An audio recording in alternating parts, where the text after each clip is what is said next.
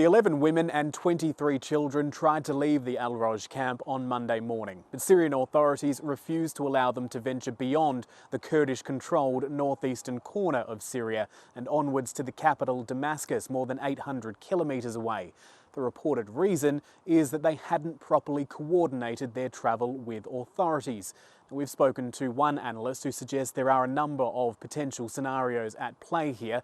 First of all, Syrian authorities may have deemed them to be a security threat. They may have also been trying to enforce some bureaucracy on their Kurdish escorts. But a third option which can't be discounted is that Australia had asked for them not to be allowed through, or at least Syrian authorities had picked up on the suggestions that Australia was not supporting this repatriation. The wives and children of IS fighters had been living in the camp for years since the defeat of Islamic State, and some of the children had been born there. Their families and supporters in Australia had organised the convoy for their departure from Al-Roj, only for those plans to come unstuck, and the ABC has been told they are now back in the camp. The Prime Minister, Anthony Albanese, has insisted the Australian government wasn't supporting the repatriation and wasn't involved in the mission, saying he had no sympathy for the plight of the group given the radical Islamic ideology underpinning IS.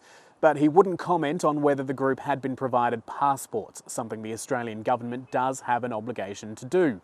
The ABC has been told the women and children have been given travel documents, perhaps as a result of identity checks carried out in 2022 when Australian officials last visited Al-Roj, a process which could have helped their lawyers apply for those passports in their absence. Regardless, the United Nations Special Rapporteur for Human Rights and Counter-Terrorism, Australian Professor Ben Saul, says the government could and should do more, accusing it of shying away from helping Australians simply because it doesn't want the domestic political fight, particularly after the Bondi terror attack in December. Government-supported repatriations of Australians in Syria have happened before under both the Coalition and Labor, but the political climate has certainly changed considerably since that last group was helped back in 2022. The federal opposition is demanding the Australian government enforce temporary exclusion orders to keep some members of this group out of the country for another 2 years in the event they are allowed to leave the camp in the near future.